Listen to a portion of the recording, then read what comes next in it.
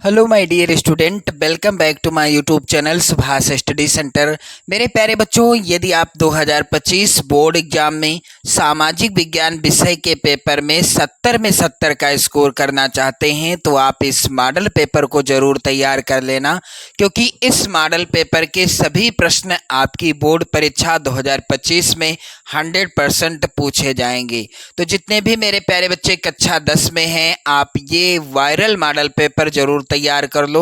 100% की गारंटी है मेरे प्यारे बच्चों, यहाँ से प्रश्न आपकी बोर्ड परीक्षा 2025 में आएंगी।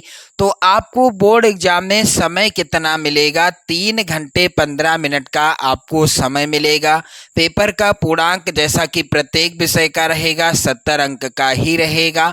यहाँ पर नोट के अंतर्गत आप लोग ध्यान दें, प्रारंभ के 15 मिनट आपको मिलेंगे प्रश्न पत्र पढ़ने के लिए और कुछ सामान्य निर्देश दिए गए हैं, जैसे कि पहला है सभी प्रश्न करना अनिवार्य है और प्रत्येक प्रश्न करने से पहले आप निर्देश जरूर पढ़ेंगे। इस प्रश्न पत्र के 2 खंड, खंड आ तथा खंड बा हैं। पेपर के 2 खंड रहेंगे, खंड आ और खंड बा। खंड आ में 1 अंक के 20 बहुविकल्पी प्रश्न हैं, जिनके उत्तर ओएमआर उत्तर पत्रक पर देने हैं। खंड आ के अंतर्गत 1 नंबर के 20 बहुविकल्पी प्रश्न, 1 नंबर के 20 बहुविकल्पी प्रश्न होंगे और इन प्रश्नों का उत्तर आपको देना होगा ओएमआर शीट में, जिसका नमूना आप यहाँ पर देख सकते हैं। प्रश्न संख्या 1 से प्रश्न संख्या 20 प्रत्येक विषय में बहुविकल्पी होंगे। आप इन बहुविकल्पी प्रश्नों का उत्तर ओएमआर शीट में भरिएगा। चलिए मेरे प्यारे बच्चों, अगला निर्देश है खंड आ के प्रत्येक प्रश्न का निर्देश पढ़कर केवल प्रदत्त ओएमआर उत्तर पत्रक पर ही उत्तर दें। जो ओएमआर शीट आपको मिलेगी, यानी जो ओएमआर शीट मिलेगी आपको उसी में उत्तर देना होगा। ओएमआर उत्तर पत्रक पर उत्तर देने के पश्चात उसे नहीं काटें तथा इरेजर अथवा व्हाइटनर का प्रयोग भी ना करें। मेरे प्यारे बच्चों, यहाँ आप लोग ध्यान दीजिएगा। एक बार आपने मान लीजिए पहला प्रश्न है और पहले प्रश्न के 4 विकल्प हैं। सही विकल्प था डी वाला, गलती से आपने सी वाला गोला काला कर दिया, तो अब ना तो आप इसे काट सकते हैं, ना ही इरेजर या व्हाइटनर का प्रयोग कर सकते हैं। कुछ नहीं करना। इसलिए जब आप गोला भरिएगा, बिल्कुल जब तक आपका आंसर कंफर्म ना हो जाए तब तक आप ओएमआर शीट में गोला ना भरें। ये मेरी सलाह है। और मेरे प्यारे बच्चों, ये भी आपको नहीं करना है कि हाँ प्रश्न का आंसर जब याद आएगा तभी गोला भरूंगा, तब तक कुछ नहीं करूंगा। तो ऐसा आपको नहीं करना है। आप समय का विशेष ध्यान देंगे, क्योंकि आगे यहाँ पर आप लोग ध्यान दीजिएगा, लिखा हुआ है खंड बा जो है यह 50 अंकों का होगा, जिसमें वर्णनात्मक प्रश्न आएंगे और इन प्रश्नों का उत्तर लिखना होगा। इस खंड में वर्णनात्मक फर्स्ट टाइप के प्रश्न होंगे और सेकंड टाइप के प्रश्न होंगे। वर्णनात्मक फर्स्ट और सेकंड 2 प्रकार के प्रश्न होंगे। मेरे प्यारे बच्चों, यहाँ पर आप लोग ध्यान दीजिएगा, और 2 मानचित्र से भी संबंधित प्रश्न होंगे। मानचित्र कार्य से संबंधित 2 प्रश्न और होंगे। खंड बा में सभी प्रश्नों के उत्तर एक साथ ही करना है और साथ ही मेरे प्यारे बच्चों, प्रथम प्रश्न से आरंभ कीजिएगा तथा अंतिम प्रश्न तक करते जाइएगा। जो प्रश्न आपको नहीं आता है उस पर आपको समय नष्ट नहीं करना है, आगे बढ़ जाना है। और जो मानचित्र आपको मिलेगा उसे आप अपनी उत्तर पुस्तिका में मजबूती के साथ संलग्न अर्थात बांध देंगे। अब यहाँ पर आप लोग ध्यान दें, पार्ट ए यानी जो बहुविकल्पी प्रश्न हैं, इन प्रश्नों को आप लोग तैयार कर लें। सबसे इंपॉर्टेंट प्रश्न है मेरे प्यारे बच्चों। चलिए यहाँ पर पहला प्रश्न है, उसके पहले निर्देश है क्या? नीचे दिए गए प्रश्नों के प्रत्येक प्रश्न के 4 विकल्प दिए गए हैं। सही विकल्प चुनकर उसे ओएमआर उत्तर पर चिन्हित करें, यानी ओएमआर शीट में आपको आंसर फिल करना होगा। चलिए पहला प्रश्न, और ये 100% की गारंटी मेरी है कि यहाँ से प्रश्न 2025 बोर्ड एग्जाम में जरूर आएंगे। वायरल मॉडल पेपर है, आप इस मॉडल पेपर को जरूर तैयार कर लीजिएगा। चलिए पहला प्रश्न है, ऑटो वान बिस्मार्क का संबंध किस देश से था? मेरे प्यारे बच्चों, ऑटो वान बिस्मार्क का संबंध किस देश से था? इस प्रश्न का आंसर हो जाएगा यहाँ पर डी वाला ऑप्शन राइट आंसर होगा, क्योंकि ऑटो वान बिस्मार्क को जर्मनी के एकीकरण का जनक, जर्मनी के एकीकरण का जनक कहा जाता है। मेरे प्यारे बच्चों, जर्मनी के एकीकरण में यदि मुख्य भूमिका निभाई तो किसने निभाई? ऑटो वान बिस्मार्क ने ही निभाई थी। प्रश्न और तरीके से भी आ सकता है कि जर्मनी के एकीकरण में मुख्य भूमिका किसकी थी?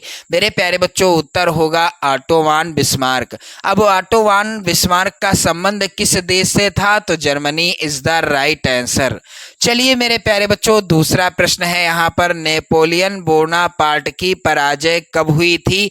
तो नेपोलियन बोनापार्ट की पराजय हुई थी मेरे प्यारे बच्चों सन 1815 ईस्वी, जो कि बी वाला ऑप्शन सही हो जाएगा। कौन सा विकल्प सही है? बी वाला ऑप्शन सही है। चलिए मेरे प्यारे बच्चों, यहाँ पर प्रश्न संख्या 3 है। प्रश्न है कि निम्न में से कौन सा संघीय सूची का विषय है? तो दिए गए विकल्पों में से राइट आंसर क्या होगा मेरे प्यारे बच्चों? यहाँ पर डी वाला ऑप्शन राइट आंसर हो जाएगा। रक्षा जो है यह संघीय सूची का विषय है। प्रश्न संख्या 4 है, ब्रेटेन वुड्स नामक संस्था निम्नलिखित में से कहाँ पर स्थित है? तो ब्रेटेन वुड्स नामक संस्था मेरे प्यारे बच्चों डी वाला ऑप्शन सही हो जाएगा, अमेरिका में, यानी संयुक्त राज्य अमेरिका में स्थित है। अगला प्रश्न सबसे ज्यादा इंपॉर्टेंट है आपकी बोर्ड परीक्षा 2025 के लिए। कह रहा है मेरे प्यारे बच्चों, स्वराज मेरा जन्म सिद्ध अधिकार है और मैं इसे लेकर रहूंगा, यह कथन किसका है? तो स्वराज मेरा जन्म सिद्ध अधिकार है, मैं इसे लेकर रहूंगा, यह कथन है मेरे प्यारे बच्चों किसका? डी वाला ऑप्शन सही हो जाएगा, बाल गंगाधर तिलक का। महात्मा गांधी जी ने एक नारा दिया था जिसे आप लोग याद कर लीजिएगा, करो या मरो, क्योंकि यह प्रश्न भी आता है, करो या मरो का नारा किसने दिया? तो करो या मरो का नारा दिया था महात्मा गांधी जी ने। अगला प्रश्न है, भारत में मताधिकार की आयु क्या है? यानी भारत में जब कोई युवक या युवती कितने वर्ष का हो जाए तो वह अपना वोट डाल सकता है? तो मेरे प्यारे बच्चों, वोट डालने का अधिकार किसी भी युवक को या किसी भी युवती को जब उसकी आयु हो जाती है 18 वर्ष।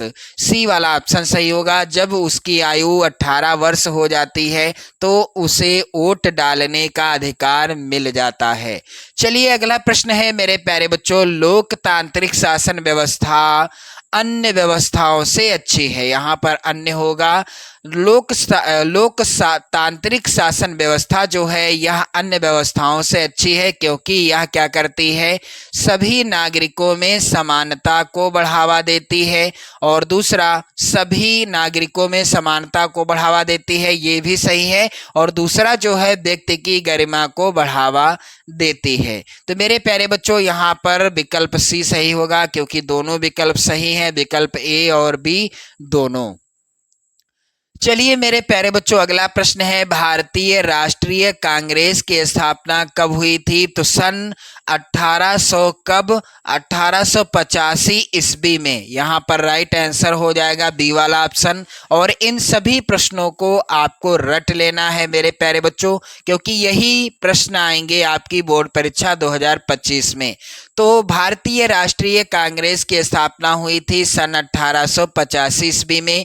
अगला प्रश्न है, भारत में अवशिष्ट शक्तियां किसको प्राप्त हैं? तो यहाँ पर मेरे प्यारे बच्चों आप लोग ध्यान दीजिएगा, भारत में अवशिष्ट शक्तियां किसको प्राप्त हैं? यहाँ पर राइट आंसर हो जाएगा संघ को। तो मेरे प्यारे बच्चों आप सभी लोग ध्यान दें, अगला जो प्रश्न है सबसे इंपॉर्टेंट प्रश्न है और सबसे इजी प्रश्न है। प्रश्न है कि भारतीय संविधान कब लागू हुआ? तो यहाँ पर आप लोग ध्यान दीजिएगा, 15 अगस्त 1947। आप लोग ध्यान दें, 15 अगस्त 1947 को हमारा देश आज़ाद हुआ था। तब से लेकर आज तक हम प्रत्येक वर्ष 15 अगस्त को प्रत्येक वर्ष 15 अगस्त को क्या मनाते हैं? स्वतंत्रता दिवस के रूप में मनाते हैं, स्वतंत्रता दिवस के रूप में मनाते हैं। और मेरे प्यारे बच्चों 10 दिसंबर को मानवाधिकार दिवस मनाया जाता है। साथ ही मेरे प्यारे बच्चों यहाँ पर प्रश्न क्या है कि भारतीय संविधान कब लागू हुआ? तो 26 जनवरी 1950 ईस्वी को भारतीय संविधान लागू हुआ था। और मेरे प्यारे बच्चों आप लोग ध्यान दीजिएगा, यहाँ पर भारतीय संविधान जब 26 जनवरी 1950 ईस्वी को लागू हो गया, तब से लेकर हर वर्ष यानी प्रत्येक वर्ष हम 26 जनवरी को गणतंत्र दिवस के रूप में मनाते हैं, गणतंत्र दिवस के रूप में मनाते हैं। चलिए अगला प्रश्न है यहाँ पर, निम्नलिखित में से किस राज्य में लाल मिट्टियां पाई जाती हैं? तो यहाँ पर ऑप्शन सही होगा चौथा, उत्तर प्रदेश राज्य में लाल मिट्टियां पाई जाती हैं। प्रश्न अगला है, निम्नलिखित में से कौन सा संसाधन गैर परंपरागत है? तो चलिए इस प्रश्न को आप लोग अच्छे से समझ लीजिए ताकि आपको इस प्रश्न का उत्तर रटना न पड़े। सबसे पहले परंपरागत साधन या संसाधन क्या होते हैं? मेरे प्यारे बच्चों, ऊर्जा के गैर परंपरागत संसाधन या स्रोत वह होते हैं जो एक बार प्रयोग करने के बाद नष्ट नहीं होते, बल्कि उनके कई हम प्रयोग कर सकते हैं, उनका कई बार हम प्रयोग कर सकते हैं। मेरे प्यारे बच्चों, वह कहलाते हैं ऊर्जा के गैर परंपरागत स्रोत या साधन। जबकि परंपरागत साधन वह साधन होते हैं जिनका एक बार हम प्रयोग करते हैं और उसके बाद उनका हम दोबारा नवीकरण नहीं कर सकते, यानी दोबारा उनको हम नहीं प्राप्त कर सकते एक बार प्रयोग करने के बाद। तो मेरे प्यारे बच्चों, यहाँ पर ऊर्जा के गैर परंपरागत स्रोत या साधन क्या हैं? यहाँ पर गा वाला ऑप्शन सही होगा, पवन ऊर्जा। क्योंकि परंपरागत साधन वह होते हैं जिनका हम दोबारा प्रयोग नहीं कर सकते, एक बार प्रयोग करने के बाद वह नष्ट हो जाते हैं, उन्हें कहते हैं ऊर्जा के परंपरागत साधन। जैसे कि कोयला हुआ, प्राकृतिक गैस और खनिज तेल, इनका एक बार प्रयोग करेंगे आप तो ये नष्ट होते रहेंगे, दोबारा हम नहीं प्राप्त कर पाएंगे, इनका नवीकरण हम नहीं कर पाएंगे। चलिए अगला प्रश्न है, निम्न में से कौन सा राज्य बॉक्साइट का प्रमुख उत्पादन केंद्र है? इस प्रश्न का उत्तर क्या होगा मेरे प्यारे बच्चों? यहाँ पर आप लोग ध्यान दीजिएगा, खा वाला ऑप्शन सही हो जाएगा। चलिए अगला प्रश्न है, निम्नलिखित में कौन सा धात्विक खनिज है? तो निम्नलिखित में कौन सा धात्विक खनिज है? यहाँ पर गा वाला यानी सी वाला विकल्प सही हो जाएगा, मैग्नीज। अगला प्रश्न है मेरे प्यारे बच्चों, निम्नलिखित में से कौन सा जैव संसाधन है? तो दिए गए विकल्पों में से जैव संसाधन क्या है और अजैव संसाधन क्या है? चलिए इस प्रश्न को मैं आपको क्लियर करा दूं। जैव संसाधन वह संसाधन होते हैं जो जीवित अवस्था में पाए जाते हैं, जिनकी वृद्धि होती है, जिनका विकास होता है, वृद्धि और विकास होता है तथा ये जीवित अवस्था में होते हैं, क्या कहलाते हैं? जैव संसाधन कहलाते हैं। जैसे कि यहाँ पर मेरे प्यारे बच्चों आप लोग ध्यान दीजिएगा, जैव संसाधन क्या है? मत्स्य उद्योग, यानी मछलियां जीवित अवस्था में पाई जाती हैं। वो अलग बात है कि बाद में उनको मार दिया जाता है, लेकिन ये जो है जीवित अवस्था में होती हैं। लेकिन लोहा हुआ, तांबा हुआ और चट्टाने, ये सब क्या हैं? अजैव संसाधन हैं। क्योंकि मेरे प्यारे बच्चों, अजैव संसाधन वह संसाधन होते हैं जो निर्जीव अवस्था में होते हैं। चलिए अगला प्रश्न है यहाँ पर, निम्नलिखित में से किस राज्य में सबसे अधिक प्रतिशत कृषि भूमि पर खेती होती है? इस प्रश्न के विकल्प हैं मेरे प्यारे बच्चों, पहला मिजोरम, दूसरा मणिपुर। अगला प्रश्न है मेरे प्यारे बच्चों, सूचना का अधिकार अधिनियम कब लागू किया गया? तो सूचना का अधिकार अधिनियम मेरे प्यारे बच्चों 2005 में लागू कर दिया गया था। आप सभी लोग इस प्रश्न को जरूर तैयार कर लीजिएगा। चलिए अगला प्रश्न है यहाँ पर, दो राज्यों के बीच वस्तुओं का आदान प्रदान कहलाता है। तो दो राज्यों के बीच, जैसे कि उत्तर प्रदेश राज्य से कोई वस्तु जो है कहाँ पर गई? गुजरात प्रदेश में। गुजरात प्रदेश में या मध्य प्रदेश में। तो मेरे प्यारे बच्चों, इन दो राज्यों के बीच होने वाले आयात निर्यात को क्या कहते हैं? यहाँ पर आप सभी लोग ध्यान दीजिएगा। इसे कहते हैं क्या? इसे कहते हैं आंतरिक व्यापार। सी वाला ऑप्शन सही होगा। और जब भारत देश से कोई वस्तु बेची जाती है और अन्य देश में खरीद ली जाती है तो उसे क्या कहते हैं? यहाँ पर मेरे प्यारे बच्चों, अंतरराष्ट्रीय व्यापार। चलिए अगला प्रश्न है, मुद्रा का निर्गमन किसके द्वारा किया जाता है? तो मुद्रा का निर्गमन मेरे प्यारे बच्चों, यहाँ पर राइट आंसर क्या हो जाएगा? मुद्रा का निर्गमन किया जाता है यहाँ पर भारतीय रिजर्व बैंक के द्वारा। चलिए, यह बैंक कब स्थापित हुई थी? तो 1935 ईस्वी में स्थापित हुई थी। और साथ ही मेरे प्यारे बच्चों, आप सभी लोग जो है वीडियो को लाइक कर देना, शेयर कर देना। अगला है प्रश्न यहाँ पर, भारत में जीविका का मुख्य स्रोत क्या है? तो आप सभी जानते हैं कि हमारा भारतवर्ष कृषि प्रधान देश है और हमारा जो है उद्देश्य या हमारे जो है भारत के जितने भी लोग हैं उन सभी की जीविका का स्रोत क्या है? कृषि है। यहाँ पर पहला ही ऑप्शन क्या हो जाएगा? सही हो जाएगा। तो मेरे प्यारे बच्चों, हमारा भारत जो है जीविका के लिए सबसे ज़्यादा किस पर निर्भर है? कृषि पर। अब बारी आती है खंड बा के प्रश्नों की, जो कि आएगा 50 नंबर का खंड बा आएगा। चलिए यहाँ पर निर्देश ध्यान दें आप लोग। निम्नलिखित प्रश्नों के उत्तर लगभग आपको 80 शब्दों में देना है। चलिए पहला प्रश्न है, आप इन सभी प्रश्नों को तैयार कर लेना। 2025 बोर्ड एग्जाम में 100% ये प्रश्न आने वाले हैं। पहला प्रश्न है, फ्रांस की क्रांति के मुख्य कारण क्या थे? अथवा में प्रश्न यहाँ पर है सबसे ज्यादा इंपॉर्टेंट, नमक सत्याग्रह से आप क्या समझते हैं? 4 नंबर का प्रश्न आएगा। चलिए अगला प्रश्न है, किस प्रकार से लैंगिक विभिन्नता ने राजनीति को प्रभावित किया? संक्षेप में लिखिए। तो मेरे प्यारे बच्चों, आप लोग ध्यान दीजिएगा, इन सभी प्रश्नों का आंसर आपको करना होगा। अगला प्रश्न मेरे प्यारे बच्चों सबसे ज्यादा इंपॉर्टेंट है, कह रहा है सत्ता की साझेदारी लोकतंत्र की आत्मा है, इस कथन की विवेचना कीजिए। प्रत्येक प्रश्न 4 नंबर का आएगा, जैसा कि मैंने आपको बता दिया है। चलिए मेरे प्यारे बच्चों, प्रश्न संख्या यहाँ पर 3 है, खनिज के संरक्षण की विवेचना कीजिए। अथवा में प्रश्न है, भारतीय अर्थव्यवस्था में वैश्वीकरण के महत्व की विवेचना कीजिए। प्रश्न संख्या 4 है, यहाँ पर झूम कृषि की विशेषताओं की विवेचना कीजिए। 4 नंबर का प्रश्न आएगा। और मेरे प्यारे बच्चों, यहाँ पर ध्यान दें आप सभी लोग, उपभोक्ताओं के शोषण के किन्हीं 4 कारणों की समीक्षा कीजिए। यहाँ पर कारण होगा।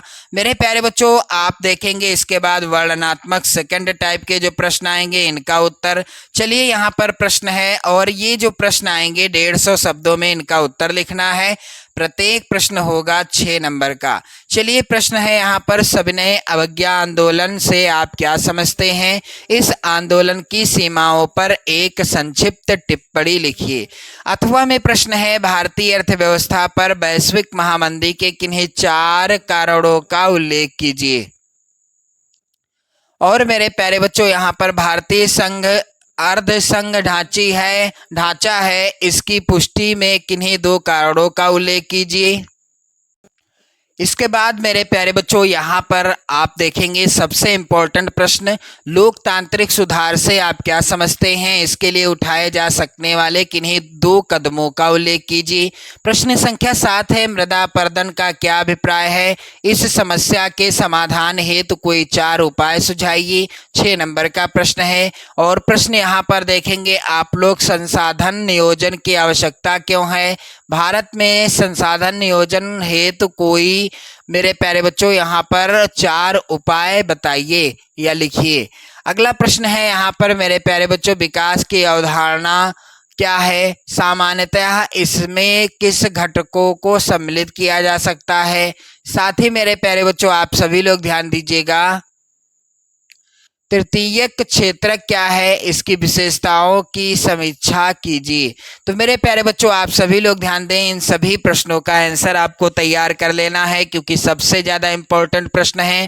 फिर मानचित्र से संबंधित प्रश्न इस तरह का पूछा जाएगा। 9A के अंतर्गत निम्नलिखित स्थानों को भारत के दिए गए रेखा मानचित्र में दर्शाना है।